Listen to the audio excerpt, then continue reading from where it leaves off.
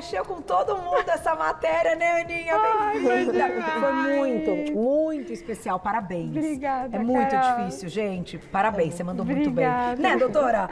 Querida muito Paula Pires, nossa endocrinologista. E hoje vai ficar melhor ainda, porque a gente só vai melhorando nesse quadro, né? Afinal, é um tema importantíssimo e é muito mais comum do que a gente imagina, né, doutora? Quem tem aí síndrome dos ovários policísticos. Então, vamos começar contando a historinha da Ana Paula, contando o que é a síndrome, o que seriam só os ovários sem a síndrome, né? Sabe o que me chamou a atenção? Na consulta com a Ana Paula, Carol, que ela falou assim, que com 10 anos ela menstruou a primeira vez, depois ficou 1 ano sem menstruar. E o médico já tinha visto uma característica diferente dos ovários policísticos e aí deu um anticoncepcional. E aí depois ela não sabia. E aí ficou muito tempo sem ir ao médico, ela fugia um pouco dos médicos. Fugia. Mas essa menstruação sempre irregular, às vezes ela ficava 8 meses sem menstruar. Quando não tava com a pílula. Quando não tava com a pílula. Então eu já falei, aí tem, né? tem. E aí a gente foi fazer os exames e realmente o ovário dela é quase que 5 vezes maior que um ovário normal. E olha que interessante, a gente não chegou nesse ultrassom a ver os cistos. Então, às vezes, passa batido. Ela não tem cisto, então ela não tem síndrome. Mas o ovário grande já é um dos sinais da síndrome dos ovários policísticos. Então, foi aí que eu fechei o diagnóstico. Que coisa! E aí, ela tem algumas queixas que também fazem parte do quadro. Por exemplo, já teve queda de cabelo? Muita.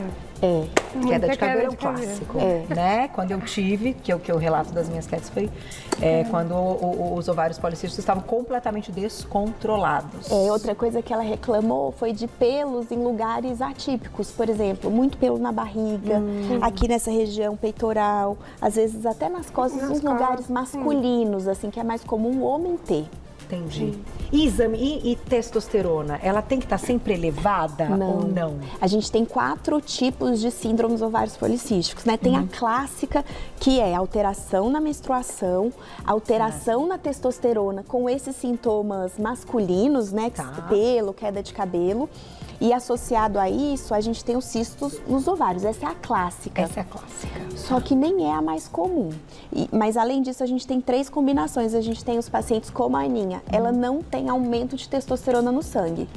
Ela tem a alteração de menstruação e o ovário alterado. Entendi. Mas ela tem repercussão de aumento da testosterona. Então, o que acontece? A testosterona é normal, mas por algum motivo, no receptor, ali na pele, no cabelo, ela age mais. Que coisa, gente. Tá vendo?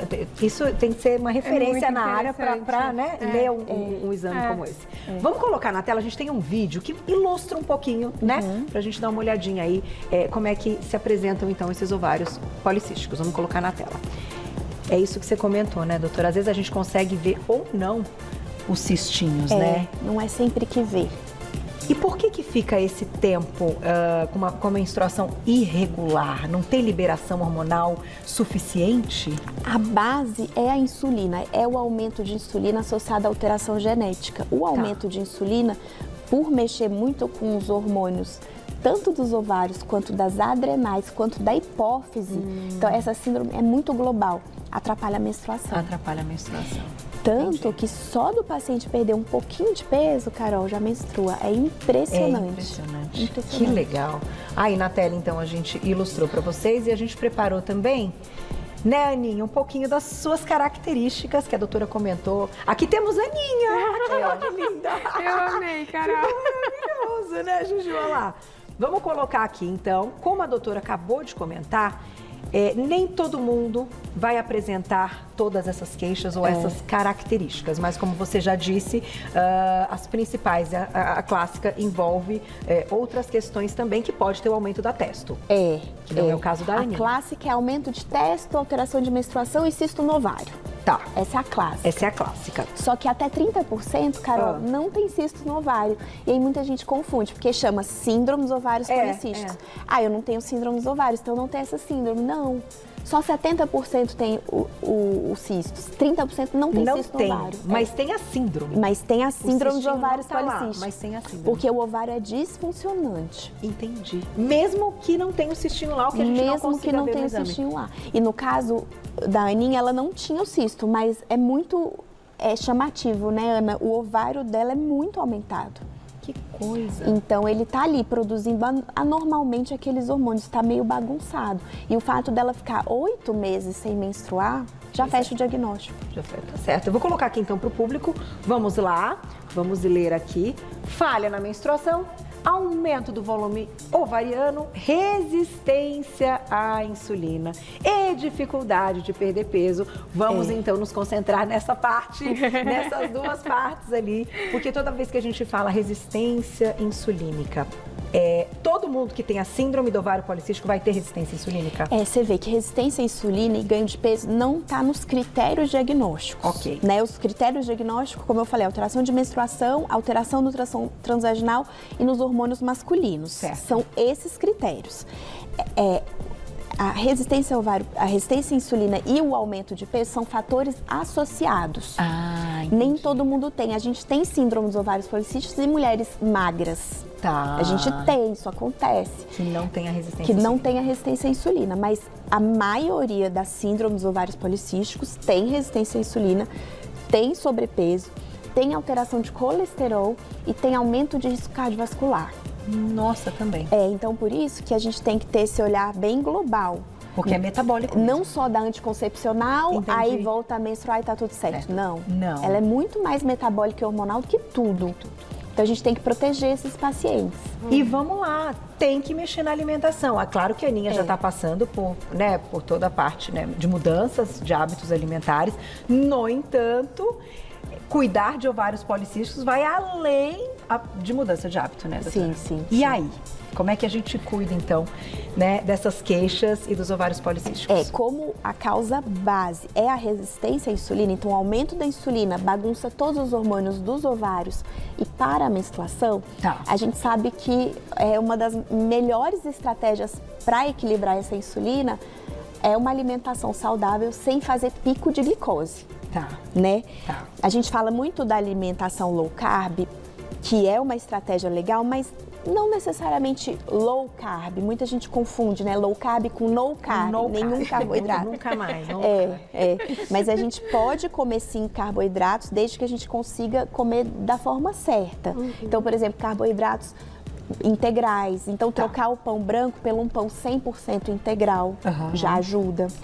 E sempre pensando numa dieta mais restrita em caloria, para levar a perda de peso. A gente precisa levar a perda de peso. Tem que ter o déficit calórico. Tem que ter o déficit calórico com uma nutrição adequada.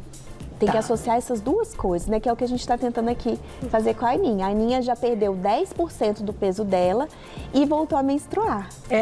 Isso foi muito legal, né, Aninha? Foi rápido mesmo, Foi muito rápido. É muito rápido. E eu falo para ela, vai ser o nosso melhor parâmetro de saúde. Vai ser esse ciclo regular todo mês. A gente está de olho. E me conta, como é que você está se sentindo, né? Porque também é uma novidade a questão do ovário policístico, mas que também soma com essa parte da resistência insulínica, que acaba até dificultando mais a questão da perda de peso, né? Porque eu gosto até, doutora, depois se você puder explicar, quando a gente pensa como agem os hormônios, a gente consegue entender o que está acontecendo. Então você está lá se esforçando para emagrecer, a insulina é um hormônio que estoca, né, doutora? Estoca, anabólico, ela faz a gente crescer, né? A insulina faz a gente engordar. E a Aninha tá cheia de insulina aí. Então nós vamos tirar essa insulina toda. E como é que você está se sentindo? Não, eu achei muito interessante, Carol, porque eu não imaginava que a síndrome do ovário policístico teria algum impacto nisso. Porque eu achava que era só a menstruação. Eu vou confessar pra você que eu nem achava tão ruim não menstruar tudo bem. Já tinha, né, entendi, tá tudo certo, tá tudo bem, né? E como eu já comentei aqui no programa que passei por médicos que me derrubavam, que me humilhavam, então eu fugia, porque eu sabia que eles iam ficar dando bronca em mim. Então eu falei assim, não, quando eu for ter filho, eu vou resolver isso. Eu volto para a consulta. Para ver. Só que aí depois, conversando com a doutora Paula falou, não, mas isso impacta em muita coisa em você. Então, assim, foi uma surpresa descobrir com tantos mecanismos que a síndrome impacta, né, no organismo. Sabe uma coisa muito importante? Porque tem isso, muita mulher não gosta de menstruar, né? Então, acha que tá tudo bem, mas como na síndrome dos ovários policísticos a mulher não ovula, porque os hormônios estão alterados, ela não produz a progesterona. Ela fica o mês inteiro só com estrógeno. Muito estrógeno, sem a progesterona para antagonizar, né, para combater o estrógeno, faz o endométrio, que é um pedacinho do útero, crescer. Então, quem tem síndrome dos ovários policísticos tem mais câncer de útero. Quem não menstrua. Então, por isso, eu tenho, às vezes, pacientes que ficam 2, 3 anos sem menstruar, mesmo fazendo de tudo. Aí, nessas pacientes, a gente dá o anticoncepcional, porque o anticoncepcional tem estrógeno com progesterona. Porque aí o endométrio fica grossinho, ele tem que sair. Ele tem que sair. O que não pode é o endométrio ficar ali muito Porque tempo. a menstruação é justamente isso, né? O endométrio sai. Sim. E aí, quando isso acumula, muito aumenta o risco de câncer de endométrio. Então, a mulher não pode ficar sem menstruar. Olha como Tá vendo? a gente negligenciar uma parte pode ser tão séria, né? Pode ser tão Pode ser tão importante. grave, né? Vamos colocar a perguntinha do público e a gente vai fazer as dicas, então, da doutora daqui a pouquinho, Glaucia. Porque o que é muito legal é que a gente está fazendo esse quadro de uma forma muito transparente. E quem acompanha a Aninha lá nas redes sociais tem visto o seu depoimento. Essa semana foi uma semana que você ficou mais emotiva, né? Pegou um pouquinho ali das suas recordações e emoções de uma vida toda comendo outras coisas, né? E aí mexeu com você essa parte. Nossa, Carol, eu fiquei fora do eixo, né? Eu até comentei com a doutora que eu voltei a fazer meditação para voltar a me reconectar, porque eu dei uma desestabilizada, parece que gatilhos foram acionados e aí, sabe, quando eu vi eu tava me sentindo muito triste, eu tava me sentindo mal, com dor de cabeça, indisposta. Aí eu falei, gente, cadê aquele ânimo todo que eu tava? Eu dei uma caída, assim, e diminui um pouco o rendimento na minha caminhada, que eu já estava começando a correr. Sim. Eu já não conseguia mais correr, que me sentia fraca. Eu falei, doutora, o que está acontecendo? O que aconteceu? A gente tirou o pão, né? E tirou um pouco o carboidrato, pensando que seria uma estratégia legal por conta da síndrome dos ovários policísticos. E aí, o que aconteceu? A Aninha ficou com fissura, então no final da tarde ela acabava comendo pão de qualquer jeito. Entendi. Então não funcionou para ela. Hoje a gente tem algumas descrições que quem tem síndrome dos ovários policísticos tem muito mais chance de ter ansiedade, depressão e compulsão alimentar, comparado com pessoas no mesmo peso sem a síndrome dos ovários policísticos. Entendi. Então eu acho que foi isso que aconteceu e a gente precisa tratar essa parte também. O jejum e sem carboidrato, que foi uma estratégia, né? Me deixou meio maluca. Mas agora já tá voltando. Agora já tô. Vou já botar tô a perguntinha do público e como eu também tenho a síndrome, daqui a pouco eu falo. Se eu puder ajudar, né? Quando a gente passa pelo problema, né? Às vezes a gente olha de outra forma depois de tanto tempo, que já tem muito tempo que eu sou low carb, enfim. Vamos colocar a perguntinha, que a Aninha vai sair daqui sorrindo. Flávia, obrigada, um beijo. Meu fluxo é o contrário, é gigantesco. Tenho ovário policístico e não queria voltar a tomar anticoncepcional. Teria outra alternativa? Ixi. Você vê, né, como é diferente. No caso dela, ela não tem alteração menstrual de falhar a menstruação. Pois é. Então, ela se enquadra em outro tipo de síndrome dos ovários policísticos. E talvez esse alto fluxo não tenha a ver com a síndrome dos ovários policísticos. Pode ser um mioma. É verdade. Alguma característica específica dela. Não é pela síndrome dos ovários policísticos. Aí tem que fazer uma outra avaliação. Outra investigação. Certo? Tem mais, Glaucia, daqui a pouquinho? Vamos colocar na tela, então. E já vamos para as dicas da doutora. Elisângela, um beijo, obrigada. Tenho todos os sintomas e um pequeno cisto no ovário, mas os médicos dizem que não tem tratamento, só anticoncepcional. Tem algum tratamento natural? Ai, essa pergunta é para uma paciente aqui, ó. A gente vai falar de vários tratamentos e tem sim tratamento. Vamos começar com a sua primeira dica, então, doutora? Vamos virar aqui. Olha, gente, a minha primeira dica é essa daqui, ó. 150 minutos de caminhada semanal. Por quê? Cada vez que a gente movimenta nosso músculo capta a glicose do sangue e estabiliza os níveis de insulina. Então, vai lá na causa base da síndrome dos ovários policísticos. O maior tratamento para a síndrome dos ovários policísticos é exercício físico. Mas o que acontece? Às vezes a pessoa está muito inflamada, está muito acima do peso, sem energia, não consegue fazer exercício. É verdade. Né? Então, às vezes a gente precisa fazer algum tratamento primeiro para depois a pessoa começar. Mas não tem como regular a menstruação, controlar os hormônios sem exercício. E aí você vê, o anticoncepcional mascara, porque vai achar que está controlado, mas não está tratando a causa base, né? Enxuga gelo, né? Enxuga gelo. Enxuga gelo. Mas exercício você tá conseguindo, tô vendo lá. É gostoso, não é, Aninha? Quando acaba, você fala assim, ainda bem que eu fui. E a gente sai endorfinada, né, Carol?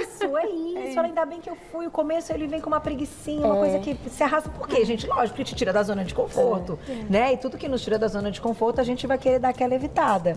Mas depois que você tá lá em cima ali da esteira, ou você foi andar de bike, é bom demais. E quanto mais faz, mais você vai querer fazer. Tem que insistir mesmo, tem que continuar fazendo, que só vai te fazer bem. Vamos para a próxima dica, doutora. Olha lá. Além do exercício, evite, né, o consumo de açúcar e farinha branca, porque isso vai regular também os níveis de glicose e insulina. Então, não é que não pode comer carboidrato de jeito nenhum, mas evitar os que fazem muito pico glicêmico, por exemplo. Tudo de padaria, né? As coisas de padaria. O pão branco, né? O açúcar. O pão branco, açúcar. Suco, porque mesmo sendo da fruta, o suco aumenta a glicose muito rápido, porque é um tipo de açúcar líquido, né? Então, tentar comer a fruta in natura. Se for comer um arroz, o arroz integral. Ou se quiser muito o arroz branco, mistura com brócolis, porque a fibra do brócolis ajuda. A Aninha experimentou um pão 100% integral que ela amou. Você gostou? Maravilhoso. E aí a gente conseguiu, ela não estava conseguindo ficar sem um pãozinho de manhã, então a gente trocou o branco pelo integral, já faz muita diferença. Muita diferença. E aí, claro, né, ficar dentro da proposta também da Gabi, das calorias do dia, né, para manter o déficit calórico, melhorando aqui e ali e perder peso. Perder peso. Esse é o ponto chave para todas as outras questões de saúde, mas também do ovário policístico. Exatamente. Vou fazer o seguinte, vou deixar um tempinho para vocês mandarem perguntinhas na @VocêBonitaTV. Tem mais 2 dicas da doutora. Vamos responder perguntinhas do público. A gente vai para as dicas e volta. De volta com o nosso Você Bonito. O maior papo aqui com a Aninha, né, com os desafios. E ela tá relatando, gente, tem um monte de gente escrevendo para ela. Isso é muito legal. Mas também tem muita gente que escreve, às vezes, dando uns conselhos, né, que a gente desconfia. Então, umas fake news, né, Carol? Gente, os médicos são eles. Os médicos são eles, né? Então, assim, eu acho que essa parte da gente ter essa troca é legal, porque mostra que tá todo mundo te apoiando junto com você, mas ela escuta o que eles dizem, certo, doutora? Certo. Vamos para a próxima dica antes de perguntinhas do público? Olha, gente, eu não estou puxando a sardinha para o meu lado, tá? Mas se puder procurar um especialista na área, porque o que acontece? Isso está mudando, claro, mas às vezes tem isso, é só anticoncepcional, não tem tratamento, é só regularizar a menstruação com anticoncepcional e não é. Síndrome dos ovários policísticos é uma doença endocrinológica, é a doença endocrinológica mais comum. É uma alteração hormonal e a base é a resistência à insulina. Por que eu coloco aqui procurar um endocrinologista, Carol? Porque às vezes vai precisar de uma metformina para tratar a resistência à insulina. Eu ia te perguntar da metformina. A gente pode usar esse nome, tá, gente? Ele não é, ele é um nome, como se diz? É o nome da molécula, né? A Aninha não tá com metformina. Tá, a gente começou. Então tá bom. A gente eu queria perguntar. A metformina pode ser uma grande aliada. Uma grande aliada porque regula essa resistência à insulina, ajuda na perda de peso e regula a menstruação também. Sim. Então, a gente quer manter, por enquanto, essa medicação. É como se a pessoa, então, com a síndrome, quando está no descontrole, ela tivesse ali um quadro parecido com uma pessoa que tem diabetes. Sim. Ou um pré-diabetes. Exatamente. É mais ou menos isso. Exatamente. Por isso a metformina pode ser legal. Tanto que até mulheres magras têm muito mais risco de ter, com síndrome dos ovários policísticos, de ter diabetes tipo 2 ou diabetes gestacional. Gestacional também, é verdade. Porque essa é a base da doença, mesmo magras. Então, a orientação de exercício, alimentação saudável, é até para mulheres que não precisam perder peso. Tá certo. Tá Vamos bom? para a próxima. Olha, e a última dica. Trabalhar a mente. Então, como eu falei, tem alguns estudos que mostram que quem tem síndrome dos ovários policísticos tem mais ansiedade, depressão e comportamentos de compulsão alimentar. A gente não sabe explicar o certo. Tá. Mas imagina-se, né, que por conta dessas alterações menstruais, dessa vontade de comer mais coisa e acabar ganhando peso muito fácil, disso ser uma alteração que vem desde a infância, que tudo isso pode mexer realmente com as emoções e com a mente, né? Então, às vezes, Carol, claro, é lindo, né, essa coisa do exercício, da alimentação, mas às vezes as emoções estão tão bagunçadas que a gente tem que começar por aí. Porque senão não consegue fazer o resto, né? Consegue. Então, o paciente muito ansioso não está dormindo, tem mais fome. Como é que vai emagrecer? Acorda sem energia. Como é que vai fazer exercício físico? Então, a gente tem que fazer o paciente dormir primeiro, organizar toda essa parte para a gente conseguir colocar toda a mudança do estilo de vida né, assim, na rotina. Então, eu acho tão fundamental quanto a alimentação e exercício esse controle da mente. Da mente mesmo. E você tá dormindo bem? Isso você faz... Durmo bem. Tá. Deitou, fechou o olho, capotou. Mesmo eu dormia mal, super mal, né? Antes de começar o quadro, dormia super mal. Agora eu já consegui me adaptar bem aos horários, durmo bem, não acordo. Eu pedi para ela fazer ritual do sono, proibir ficar muito assim com a telinha do celular antes de dormir. Verdade, faz muita diferença. Não, doutora Paula sabe tudo. Vamos colocar a perguntinha do público então. Quem escreveu pra gente na tela, olha lá. Vamos responder as perguntinhas. Simone, obrigada, um beijo. Usando DIU, fiquei sem menstruar durante 5 anos. Isso gera algum efeito colateral para a mulher? Não, tanto que o DIU é um dos tratamentos também para síndrome dos ovários policísticos para mulher que não menstrua. Tá. Dizendo do DIU que tem a progesterona, né? Que é chamado de Dilmirena, que ele tem um pouquinho de hormônio local ali. Então, ele protege o endométrio. E não é um hormônio sistêmico? Não é sistêmico, mas não tem esse risco do câncer de endométrio, mesmo se ficar sem menstruar. Então, não tem problema. Aí é o melhor dos mundos, né? Ficar sem menstruar, sem ter nenhum problema. E também para quem tem endometriose, também acaba sendo efetivo, para quem tem muita TPM. Ah, também diminui. Você não tem TPM, né, Aninha? TPM, eu tenho um pouco.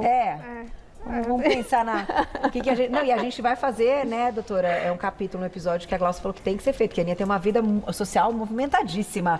Isso. Então nós vamos fazer essa pauta. Como se manter na linha com vida social agitada, né? Tá noiva, gente. Como que vai ter uma vida social movimentada? Tem mais perguntinha, olha lá na tela. Obrigada, Rê, um beijo. Quem tem ovário policístico pode ter aumento do colesterol? Pode, está associado. Aumento do colesterol porque está muito associado a sobrepeso e os marcadores inflamatórios de doença cardiovascular são piores em quem tem síndrome dos ovários policísticos.